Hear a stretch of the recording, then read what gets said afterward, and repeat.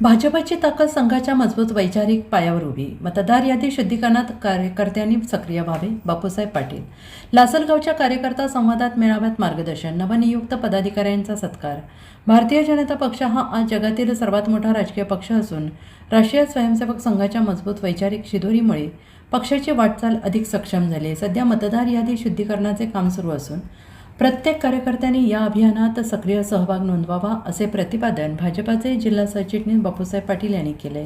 लासलगाव येथे आयोजित भाजपाच्या कार्यकर्ता संवाद मेळाव्यात ते बोलत होते. यावेळी जिल्हा सरचिटणीस बापूसाहेब पाटील, येवला विधानसभा प्रमुख अमृता पवार, निफाड विधानसभा प्रमुख वैकुंठ पाटील यांच्या निवडीबद्दल त्यांचा सत्कार करण्यात आला. या कार्यक्रमाच्या अध्यक्षस्थानी लोकनेते दत्ताजी पाटील हे होते. यावेळी नानासाहेब पाटील, लासलगाव मंडळ अध्यक्ष निलेश सालकाडे, शंतनू पाटील, वाल्मिक गायकवाड, किरण कुलकर्णी, राजाभाऊ चाफेकर, योगेश पाटील, योगेश शेखर होळकर, संजय गाजरे, स्मिता कुलकर्णी, संजय शेवाळे, नवनाथ जाधव, निलेश जगताप, अजय सानप यांच्यासह अनेक पदाधिकारी आणि कार्यकर्ते उपस्थित होते.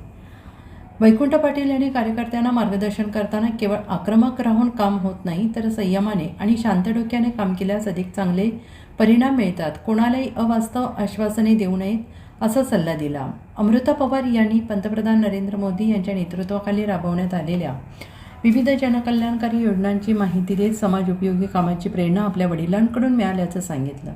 प्रामाणिकपणे जनतेसाठी काम करत राहणार असल्याची ग्वाही त्यांनी दिली. यावेळी पक्षाच्या विविध उपक्रमात उल्लेखनीय कामगिरी करणाऱ्या SRIचे काम पूर्ण करणाऱ्या कार्यकर्त्यांचा विशेष गौरव करण्यात आला.